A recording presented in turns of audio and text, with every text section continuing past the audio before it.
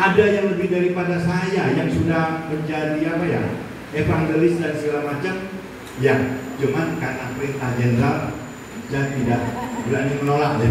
Jangan gitu. Yesus saja umur 30 tahun sudah berkhotbah dia, Pak Dokter. Pak Dokter umurnya berapa? 70 tahun. 70 tahun. Cuman saya nggak bisa lagi merayakan ini Pak, karena sudah lewat Agustus saja ya. Sudah lewat ya, tidak bisa. Ya begini Pak Jenderal, bahwa kalau Tuhan Yesus memang adalah Tuhan, ya beda dengan saya yang manusia biasa, ya. Kelahirannya itu dia menyambut. Ini bukannya karena Natal mau makan yang hadir banyak ya Pak Pendeta, bukan karena ada yang mau diulang tahunkan, tetapi karena menjelang kelahiran Tuhan Yesus kita ada pertobatan, kita bertobat. Oh ya, jadi ingat, oh ya, rasa kita datang. Akhirnya terjadilah ramai yang datang hari ini ya. Tepuk tangan dulu yang mau bertobat. Ya. Jadi sebenarnya saya ditugaskan untuk membawakan firman tentang kasih. Tapi maafkan saja kalau apa yang saya sampaikan ini basisnya ya sebagai umat biasa, manusia biasa. Hanya kebetulan saya profesinya dokter ya. Nah saya ingin tanya, siapa yang pernah sakit hati dengan dokter pada saat ke tempat praktek? Cuma satu ya, syukurlah. Banyak. Aduh mati saya, untung nggak pingsan ya. Iya, mudah-mudahan kejengkelan ibu bapak kepada dokter itu bukan karena hal-hal yang sangat parah, tapi hanya karena dokternya kurang ramah, tidak banyak ngomong. Jangan sampai dokternya sampai melakukan yang parah-parah. Ya, harapan saya begitu. Walaupun saya sendiri sering dapat cerita-cerita parah tentang dokter. Ya, saya banyak kenal rek-rek obat. Disitulah terbuka belang-belangnya para dokter. Tapi tidak semuanya loh, tidak semuanya ya. Dan baru kemarin saya pas kunjungan ke suatu klinik, tapi saya nggak perlu cerita ya.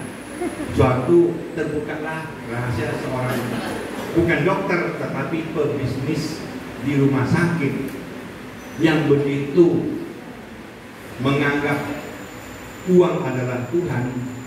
Akhirnya apa yang terjadi? Banyak korban-korban yang dirugikan uangnya karena tingkah laku si dia itu. Dan sayangnya dokternya tidak bisa punya ketegasan. Kalaupun tidak mau mengikuti petunjuk pemilik klinik atau rumah sakit, harusnya berani keluar dari sana. Kita tidak bisa ngomong karena itu saya kerja di sana. Sekarang bisa milih mau terus kerja di sana tapi membuat orang lain menderita, berbuat dosa terus, atau mau memilih keluar saja. Manusia bebas memilih. Tuhan memberikan kita kebebasan memilih, betul nggak? Iya. Sekarang tinggal pilihannya pada kita. Mau ke jalan yang sempit, yang bersesak-sesak, atau mencari jalan yang lapang yang mudahnya. Ya. Nah, akhirnya saya nih ngomong apa ya? Ya baiklah, kita kembali kepada apa ini kita Pak Tarigan itu ngomong tentang kasih. Ya. Apakah kasih hanya berlaku untuk Pak Tarigan saja? Apakah hanya berlaku untuk Ibu Lurah saja? Atau Pak Pendeta saja? Kita semua, ya. Boleh katakan bukan hak tetapi wajib. Ya, kasih itu adalah wajib ya. Nah, saya ini pengagum Rasul Paulus ya. Saya sangat senang ya bagaimana Paulus ya bekerja untuk Tuhan dan rela menderita ya. Ya bukan berarti rasul yang lain tidak ya, tapi entah kenapa saya senang. Kenapa? Yang dulunya Saulus sekarang benar-benar luar biasa ya bekerja demi Tuhan. Nah, mudah-mudahan kita semua mungkin tidak sampai menyambung nyawa untuk berkarya bagi Tuhan, tapi kita hendaknya tetap ya bertekun ya. Kadang-kadang kita ini beratnya bukan karena fisik ya, tetapi lebih ke arah mental ya, dalam kita menyuarakan. Atau kadang-kadang kita adalah godaan dari dalam diri kita sendiri, mau yang benar, yang kurang enak, atau tetap mau melakukan yang enak, tetapi nggak benar. Nah itu beban ya, beban mental yang lebih besar. Nah, dan baiklah saya coba mengutip dari Rasul Paulus, ya surat yang pertama untuk jemaat di Korintus ya. Saya ambil bab 13 yang berkaitan dengan kasih yang diminta oleh Pak Tarigan. Jadi saya ambilkan dari ayat di bab 13 ayat 1 sampai dengan ayat 8. Kemudian saya lanjutkan dari ayat 13. Sekalipun aku dapat berkata-kata dengan semua bahasa manusia dan bahasa malaikat, tetapi jika aku tidak mempunyai kasih, aku sama dengan gong yang berkumandang dan canang yang gemerincing. Ya,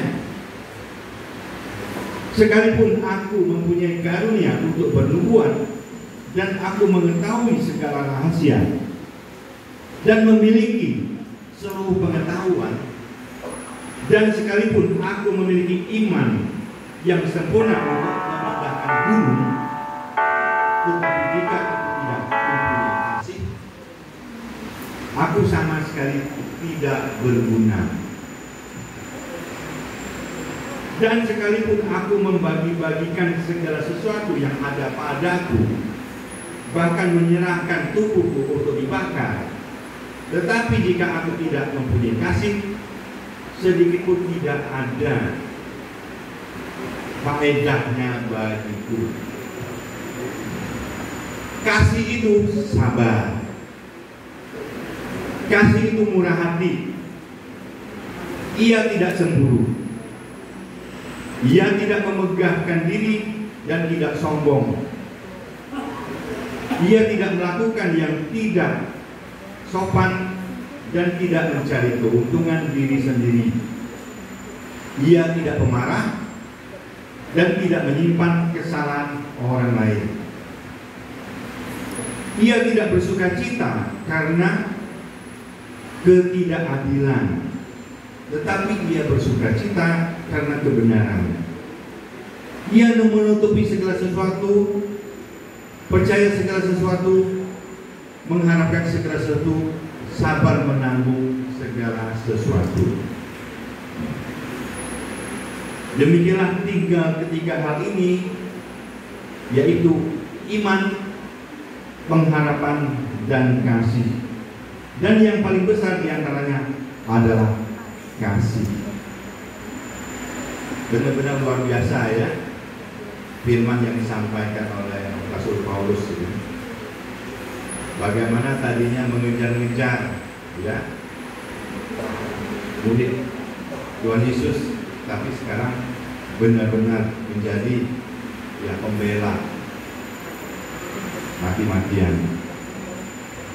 Nah, tadi ya izin ya pendeta ya untuk saya bukan berkhotbah, saya tidak merasa ini khotbah ya, tapi agak aja saya ini mencernakan dari firman ini dari apa yang saya ketahui sebagai umat awam ya.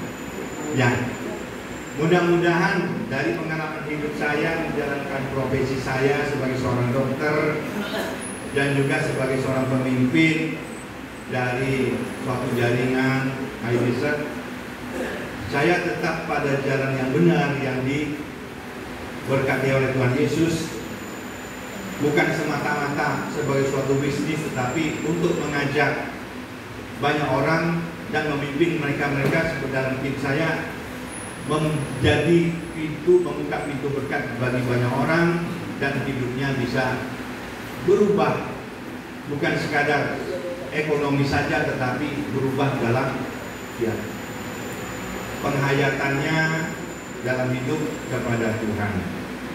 Mudah-mudahan apa yang kita kerjakan bisa membawa orang kepada jalan Tuhan, apapun imannya. Ya, tidak peduli apapun imannya, hendaknya apa yang kita lakukan adalah teladan untuk orang-orang ingat kepada Tuhan dan kembali kepada jalan yang benar, keluar dari jalan yang sesat. Ya, itulah tugas kita yang kita dapatkan dari Tuhan Yesus. Selama kita hidup, kita masih sehat, kita masih bisa berpikir, kita masih bisa berkata-kata, sesederhana apapun kata kita, yang lebih penting adalah tindakan. Banyak orang nggak bisa berkata-kata bagus, tetapi dari tindakan yang bagus, orang bisa melihat, oh inilah namanya anak Tuhan. Ya, yang iman lain pun akan tadinya sesat akan kembali kepada Tuhannya masing-masing. Itulah tugas kita. Sehingga tidak ada lagi terjadi peperangan, pembunuhan. Ya namanya perang pasti ada pembunuhan, betul nggak? Kita kasihan dan sedih kalau terjadi perang, rakyat yang tidak berdosa menjadi korban. Anak-anak, bayi, anak-anak kecil yang harusnya masih bisa menikmati hidup, ya, di mana banyaknya berkat yang akan dia dapatkan sepanjang hidupnya nanti, ternyata harus ya meninggal pada masa kecilnya. Itulah suatu keprihatinan kita sebagai seorang manusia, umat Tuhan, ya. Coba bayangkan Bapak Ibu, kalau pemimpin masing-masing negara tidak usah ngurusi negara yang lain, tidak usah berpikir untuk mencaplok rezekinya negara lain, tidak ada upaya untuk mencari jalan bagaimana terjadi permusuhan di antara orang-orang yang sendiri di dalam negeri, kan? Tidak ada upaya untuk membuat perpecahan di dalam negeri orang lain. Tapi karena nafsu serakah para pemimpin, dicarilah banyak jalan. Jalan setan yang membuat manusia menderita. Kita sudah harusnya saat ini sudah semuanya hidup sejahtera. Tapi karena ada peperangan, beberapa besarnya dana yang habis. Setiap negara berlomba-lomba menciptakan senjata canggih demi untuk melindungi. Yang lebih parahnya adalah untuk menghancurkan, menguasai negara lain. Berapa banyak senjata-senjata misil yang sudah dikeluarkan yang semuanya menghabiskan dana. Coba kalau tidak ada tujuan untuk menguasai negara lain, tidak akan terjadi untuk buat senjata. Berapa banyak penghematan yang bisa dipakai untuk kesejahteraan umat yang masih miskin, yang hidup di bawah garis kemiskinan. Sedih ya, betul nggak? Siapa yang sepakat dengan saya kalau tidak ada keserakan para pemimpin, tidak akan terjadi pabrik senjata, tidak akan ada yang buat? Ada nggak? Oh, tidak banyak yang menunjuk, karena tidak mungkin lah Pak Dokter. Namanya selama manusia di dunia itu yang buat senjata berpikir bagaimana saya bisa kaya, bagaimana saya bisa membuat pabrik senjata semakin canggih, bagaimana tidak ada namanya pabrik senjata yang tutup karena tidak ada yang mau beli, ya. Yang itulah kembali antara penguasa, antara pembuat senjata, terjadi ikatan kerjasama yang luar biasa sehingga peperangan tidak habis-habisnya. Nah itu kalau kita ngomong di tingkat yang lebih besar. Kalau kita ngomong di tingkat kita sendiri saja, ya, di dalam keluarga kita masing-masing, saya juga sering mendengar perpecahan di antara sesama anggota keluarga. Hanya gara-gara apa? Uang, betul enggak? Hanya gara-gara uang, berebut harta warisan, ya. Luar biasa ya, karena serakah itu nggak habis-habisnya. Bagaimana seorang dokter yang kaya raya dengan cara yang benar saja sudah kaya raya karena pasiennya banyak, tapi serakah, dicari jalan bagaimana caranya membohongi pasien sehingga uangnya jauh lebih banyak masuk dari seorang pasien. Ada nggak yang pernah ngalami? Kalau ada yang pernah ngalami, tunjuk tangan. Nggak ada. Syukurlah puji Tuhan. Oh ada ya. Ya. Nanti boleh berbagi kisah sama saya ya. Ya. Itulah sedihnya ya. Orang yang dituju Tuhan untuk berbagi kasih ternyata menjadi pemusnah, membuat orang lain menderita. Kita di sini yang sudah lansia, bersyukur belum ada yang lututnya dibalut ya. Ada, tidak apa-apa, tapi masih bisa ke sini kan? Tetap bersyukur. Tadi Pak kan ngomong, kita harus bersyukur, selalu mensyukuri apa adanya. Orang yang serakah adalah orang yang tidak bersyukur, ya.